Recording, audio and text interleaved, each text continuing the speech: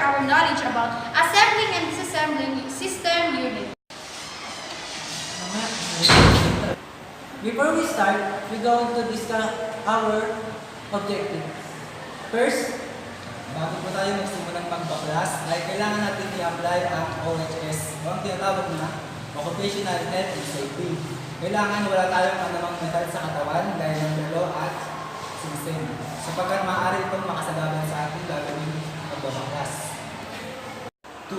We are going to discuss how to disassemble and assemble the system unit. At ang panguli, i-discuss natin ang mga bawat parts na tatanggalin natin sa system unit. Okay, let's start! Hi, ako nga pala si Sir James Amales. Una, gagawin natin. Tanggalin muna natin yung system, takip ng system unit sa outer shell. Nga pala, pag nagbaklas tayo, kung ano yung una nating tinanggal, yun yung huli nating ikakabit. Okay, let's start. Sa lahat, tatanggalin muna natin lahat ng cables. At hindi tayo basta-basta magtatanggal ng cables kasi maaari itong masira.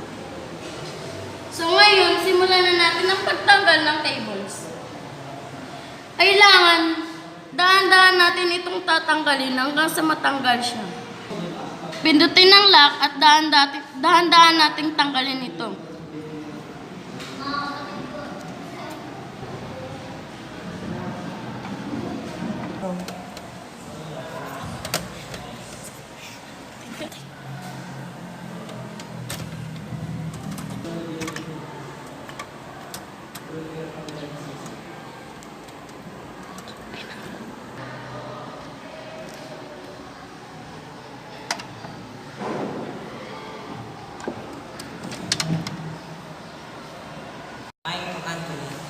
Next naman tatanggalin ay ang DVD ROM. Ito lang po yung itataas lang po ito tapos tatak. Ganun lang po kadali. Ang DVD ROM, dito po ini-insert yung DVD. Pag itatabi na, huwag ipatong-patong ng mga parts na po. So ang next nating tatanggalin is the hard disk drive. Ang function nito is to store data. So paano ito tanggalin? Una, hawakan niyo yung side by side ng hard disk drive, then niyo siya, iipitin, tapos itulak pa ganon. Tapos iangat.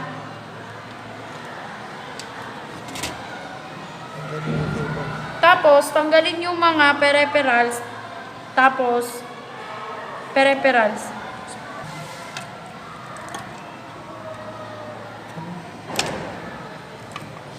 So, ayun, natanggalan natin yung hard disk drive. Hi, I'm Kate. Ngayon naman susunod natin tatanggalin ay yung power supply. Tatanggalin natin yung dalawang tornilyo sa likod. Pag natanggal na yung dalawang tornilyo sa likod, itatabi natin yung tornilyo dito sa gilid. Ngayon, tatanggalin natin yung power supply. Pipindutin lamang ito pababa. Tapos sabay itutulak ito. Tapos iaangat. Yung power supply, ito yung nagsusupply ng kuryente sa isang system unit para gumana ito ng maayos. Ngayon, itatabi natin ito dito kasama nung dalawang tornilyo niya. So, hi, I'm Laika Esco. So, pagtapos tanggalin ang power supply, ang susunod naman natin na yung heatsink. So, tatanggalin natin yung dalawang tornilyo.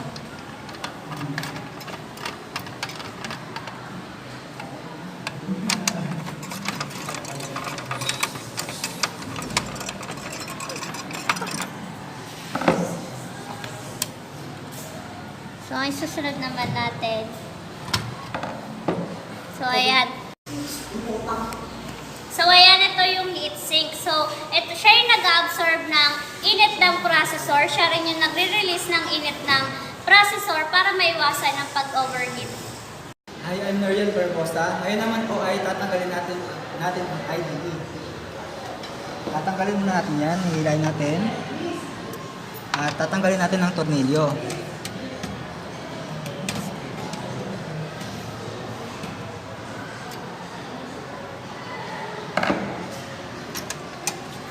Yan. Ang IDE ay kaparehas lang ng back panel. At ang next naman natin tatanggalin ay ang RAM o ang read access memory. Tutulak lang natin side. Yan. Itutulak lang natin side by side. Yan. At ibaba natin dahan-dahan. At ganoon din gagawin sa kabila.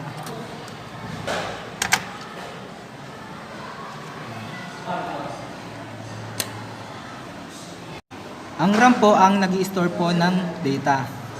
Hi, I'm Angelo. Next naman natin tatanggalin ang motherboard. Kaya tara na. Ang kada tornilyo ay dapat itabi.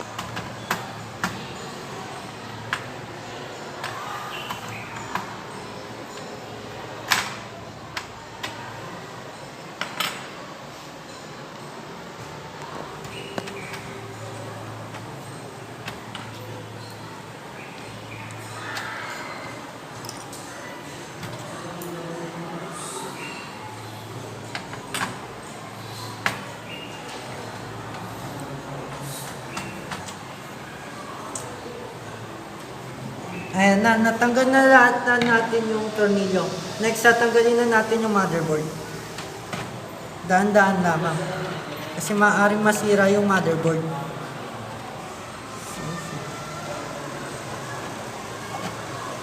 Pause mo.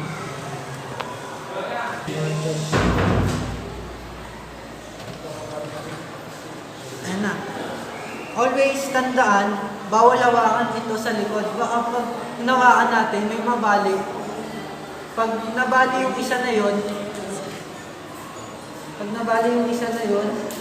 pwedeng hindi na ito gumana. Okay, magdi-discuss na ako ng ilang part dito sa motherboard. Next, ito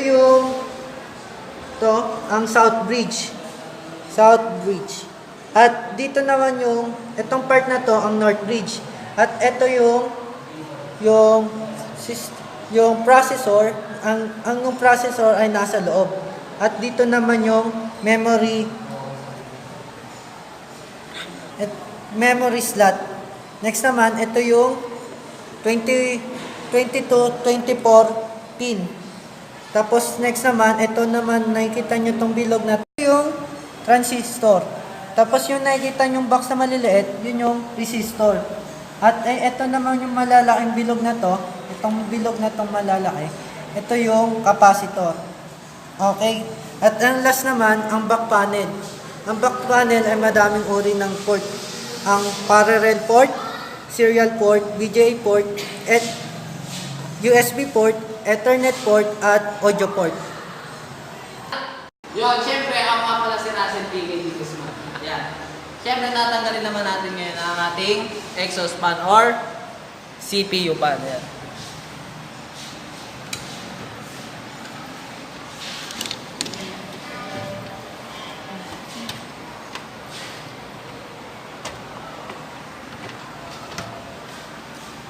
Siyempre, tatabi na natin siya dito.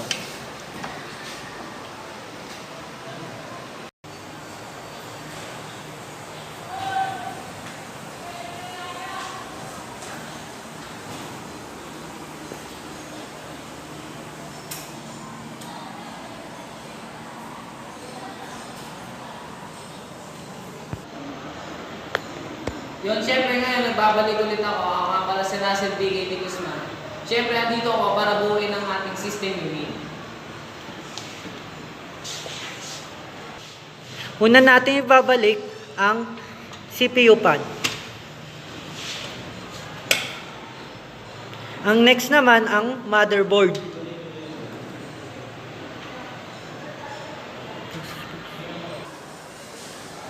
Dahan-dahan natin nilalagay yung motherboard sa system unit.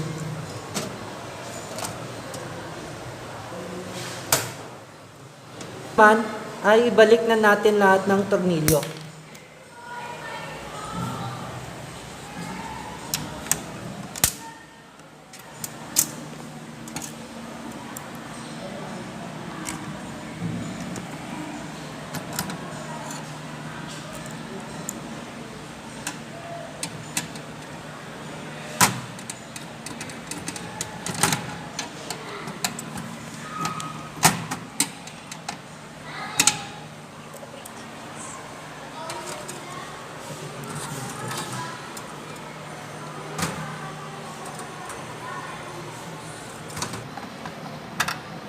Yan.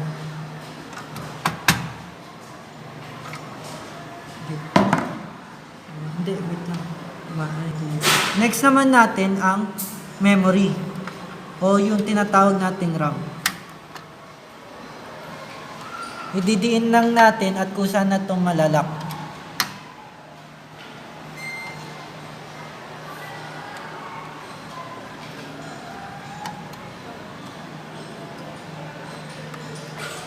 Ang next naman natin ang IDE.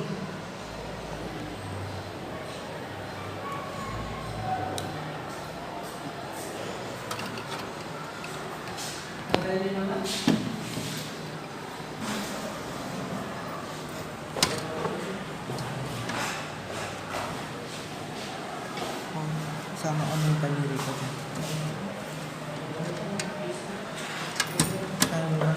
Ay, hindi natanggal din.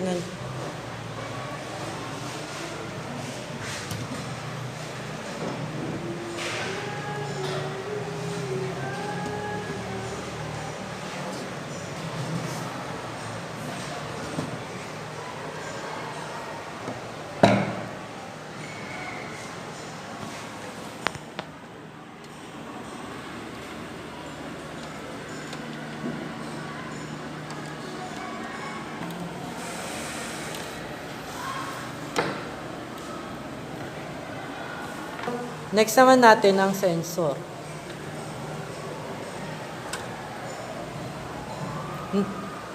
Ang next naman natin ang heatsink.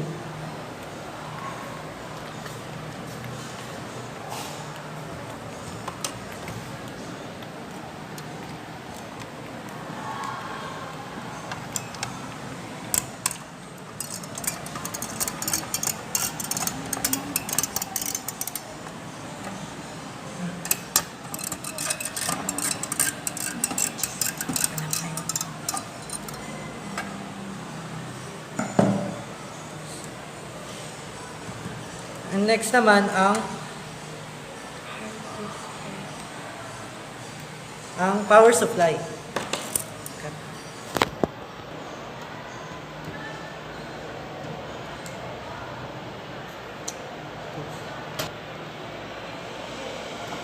Make sure na natin na nakadikit siya sa gilid.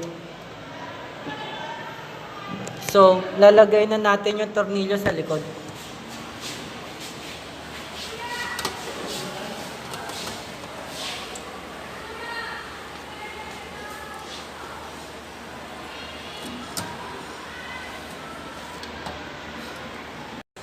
Ipapakita ko na pala kung paano ito buuin.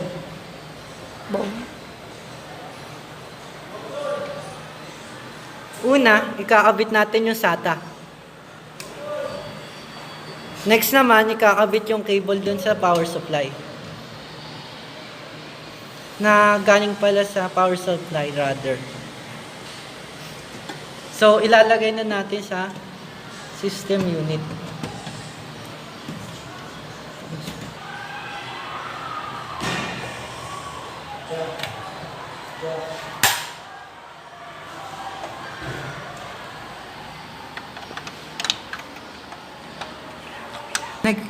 Next naman natin gawin ang ikabit na natin lahat ng mga cable.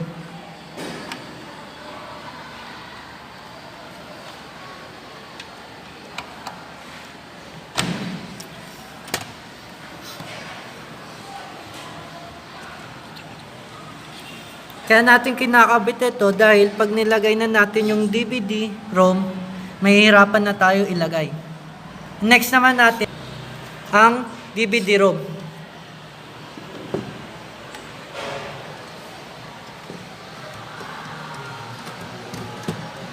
So, dahan-dahan natin siya ilalagay at itutulak natin para malak. Ayan.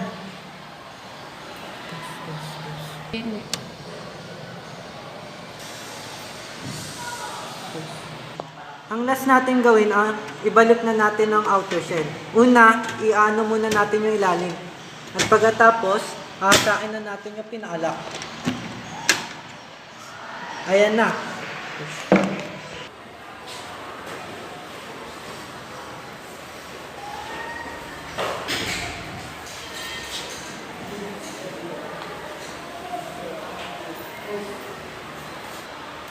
Ayan, syempre, ngayong natapos na namin ang pag-assemble at disassemble nitong unit cells system, sana may nakuha kayong aral at diskarte kung paano ito buuin at baklasin. Kami nga pala ang ICT 1280 na si Terra Francisco Memorial National High School. Salamat sa lahat, salamat sa mga nanonood. Thank you for watching. Subscribe!